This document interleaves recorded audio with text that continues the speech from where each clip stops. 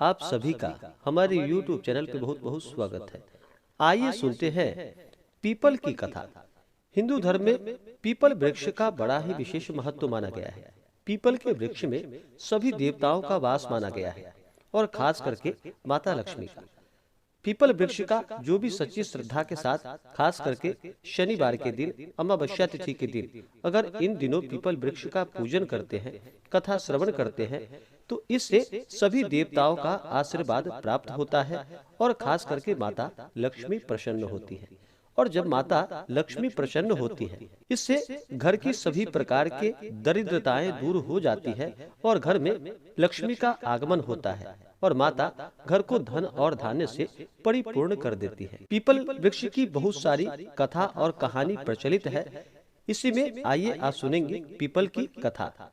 तो बोलिए प्रेम से माता लक्ष्मी की जय, भगवान विष्णु की जय, सर्वदेवी देवता की जय। एक बूढ़ा ब्राह्मण था। वह रोज पीपल को जल से सींचता था। पीपल में से रोज एक लड़की निकलती और कहती कि पिताजी, मैं आपके साथ जाऊंगी। यह सुनते सुनते बूढ़ा दिन ब दिन कमजोर होने लगा। तो उसके घर पे उसकी बुढ़िया ने कहा कि क्या बात है।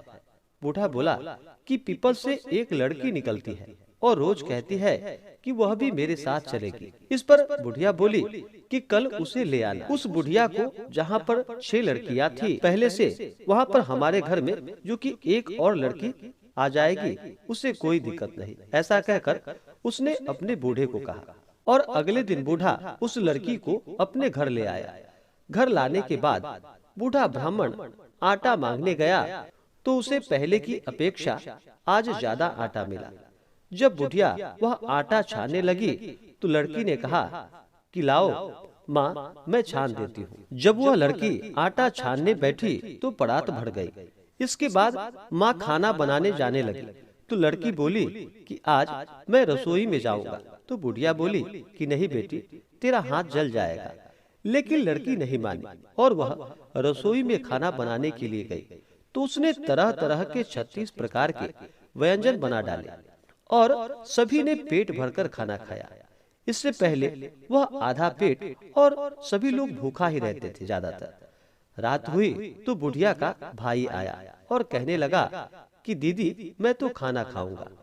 अब बुढ़िया परेशान हो गई कि अब खाना कहाँ से आएगा। लड़की ने पूछा कि मैया, क्या बात है।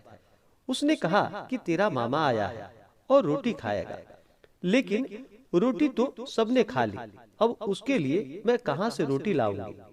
लड़की बोली कि मैया, तुम चिंता मत करो, मैं बना देती हूँ। और वह रसोई में चली गई और मामा के लिए जो कि फिर से 36 प्रकार के व्यंजन बना डाले। मामा ने पेट भरकर खाया और कहा कि ऐसा खाना इससे पहले उसने कभी नहीं खाया था। बुढ़िया ने कहा कि भाई, तेरी पावनी भांजी है, उसी ने इन सबको बनाया है। शाम हुई तो लड़की बोली कि माँ, चौका लगा दो और चौके पे जो कि दिया जला देना। कोठे पे मैं सोने जाऊंगी। बुढ़िया बोली कि ना बेटी, तुम मत जाओ वहाँ पर, तुम डर जाओगी। लेकिन वह बोली कि ना, मैं वहीं पर जाऊंगा, मैं अंदर कोठे में ही सोऊंगा। वह कोठे में ही जाकर इस प्रकार सो गई और आधी रात को लड़की उठी और चारों ओर आंख मारी तो धन ही धन हो गया। वह बाहर जाने लगी तो एक बूढ़ा ब्राह्मण सो रहा था। उसने देखा तो कहा कि बेटी, तू कहाँ चली। लड़की बोली कि मैं तो दरिद्रता को दूर करने आई थी, अगर तुम्हें भी दरिद्रता दूर करवानी हो तो करवा लो। उसने बूढ़े के घर में भी आंख मार दी। इस प्रकार देखते ही देखते चारों ओर धन ही धन हो गए। और फिर सुबह सवेरे सभी लोग जब उठे तो लड़की को न पाकर उसे ढूंढने लगे कि पावनी बेटी कहाँ चली गई। बूढ़ा ब्राह्मण बोला कि वह तो लक्ष्मी माता थी, जो कि तुम्हारे साथ मेरी भी दरिद्रता को दूर कर कर चली गई। हे माता लक्ष्मी, जैसे आपने उसकी दरिद्रता को दूर कर दी, वैसे ही सभी की करना। तो बोलिए प्रेम से माता लक्ष्मी की जय, भगवान विष्णु की जय, सर्वदेवी देवता की जय। आशा करता हूँ कि यह जानकारी आपको अच्छा लगा हो। ऐसे ही ज्ञानवर्धक जानकारियाँ प्राप्त करने के लिए हमारे इस चैनल पे अगर आप नए हैं तो चैनल को लाल बटन दबा करके सब्सक्राइब करें, साथ में बेल आइकन घंटी को दबाएं ताकि मेरे वीडियो का नोटिफिकेशन आपको समय से मिलता रहे।